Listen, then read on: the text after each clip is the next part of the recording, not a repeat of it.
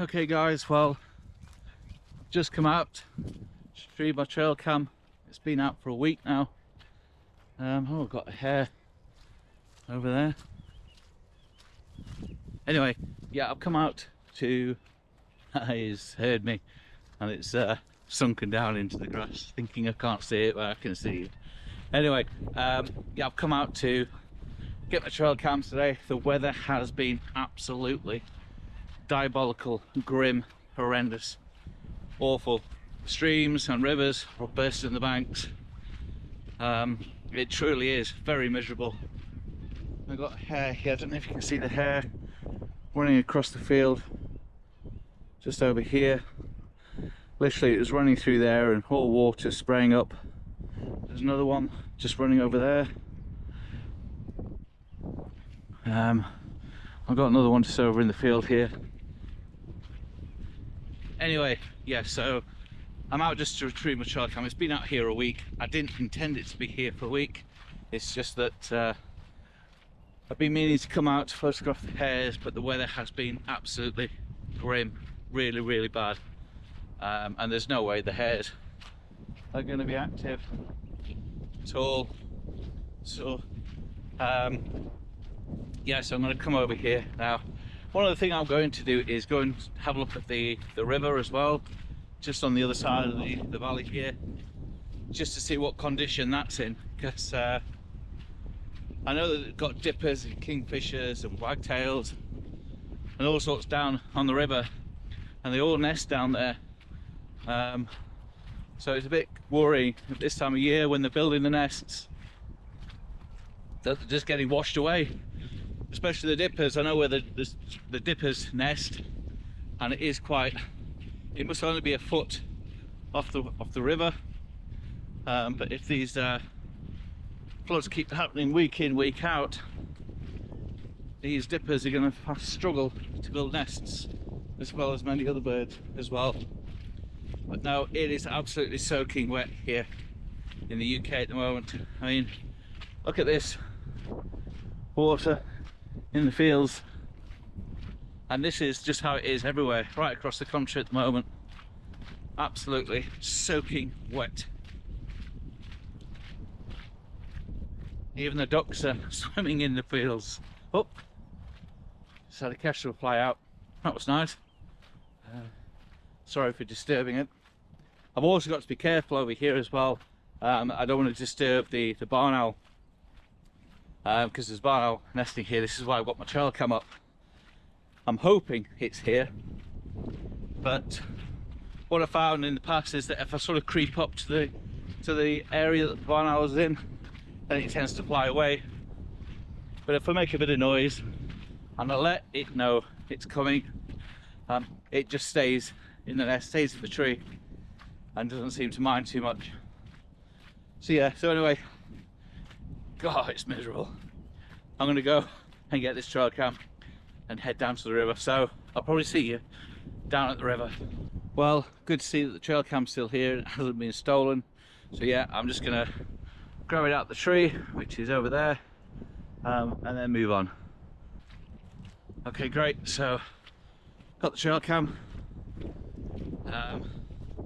Had a little peek, just sort of glanced up at the tree, in the hole in the tree, and yeah, I think the owl was in there. So that's brilliant.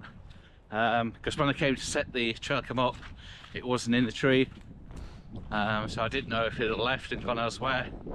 But no, that's fantastic. It's just sort of peeking at the bottom. It's obviously huddled down, keeping dry and warm in this fantastic British weather. So anyway, let's go down to the river. So I just thought I'd jump in while I'm walking back to the car, and let you know about the trail cam. So this, wrap it up, sorry the camera's going everywhere. So this is the Izeeker solar powered trail cam. Now these are about, I don't know, somewhere between 50 and 60 pounds on Amazon. I was sent it to do a review trail cam, and at the time I didn't have that much going on in order to use the trail cam very much, but I have used it and it does a fantastic job at such a low price. Now I do have a Brownings trail cam, which is quite a bit more expensive, it's about £150. But that uses the LEDs, so I don't know what you call them, the white light, night light. That sort of, what happens is when an animal passes in front of the sensor, the red lights come on and it starts recording. Now what I found with the owls especially is that when the owls come in and they see that red light coming on, those red lights in the trail cam, they don't like it, they get spooked. So which is why I'm using one that doesn't use that system, and it seems to work absolutely fine. The owls don't know it's there and don't get startled by the red light coming on in the middle of the night. So I'll put a link to this product down below. Fantastic little trail cam, and at that price you can have 2 or 3 dotted around your local area, finding yourself some wildlife. Yeah, just thought I'd mention that. I'm getting wet. Well, I'm sorry to report that there's nothing on the trail cam.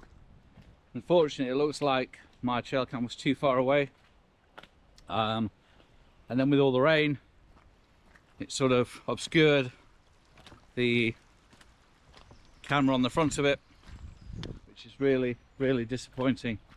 So yeah, I'm a bit disappointed with that. But what I'm going to do is I'm going to go take it, because I've still got 80% battery on this, is I'm going to go take it and stick it down in the woods near the river and see if we get any wildlife down there. And I'll probably leave that down here over the weekend, because hopefully I'm back on Monday photographing the hares, fingers crossed, so I'll come and collect it then. But yeah, let's go check out the river. The trail cam is set up in the woods. I have no idea if I'm going to get anything, but it is worse than snow, this mud, absolutely. I don't know if you can see the river here behind me now. I mean,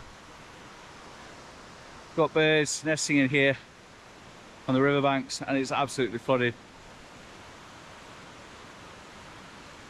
So no idea how they're coping in all this wet weather, but it is just week after week.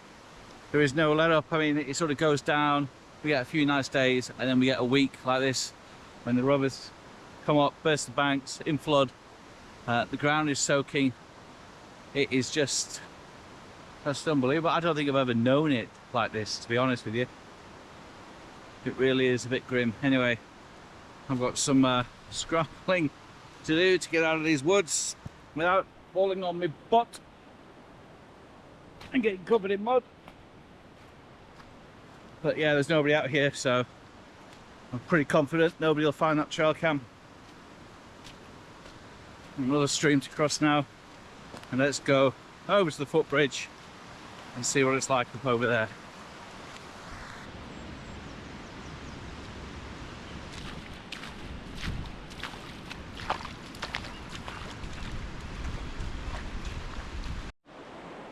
Well, I hope you can hear me over the water behind me.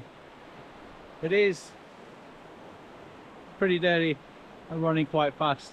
Now, usually there's plenty of rocks in here. You'll see the markings where the dippers have been, etc, etc. But it is just grim, really is grim. And I'll tell you what, it's not even rained that much. Well, it feels like it hasn't rained that much. It's sort of been very fine rain. We must have just had a lot of rain through the nights, because the rivers are really very high. But this is what wildlife photography is all about. You know, we come out, we try, we set up trail cams, we sit in hides, and we wait day in, day out. And days like this, you'll get more often than we will actually photographing wildlife. So this is the reality of what I do to create content and videos for you guys. Come out on days like this, nothing. I haven't got a picture or a video of any wildlife to show you this week. Just the reality of wildlife photography here in Britain at the moment. But fingers crossed, it will improve.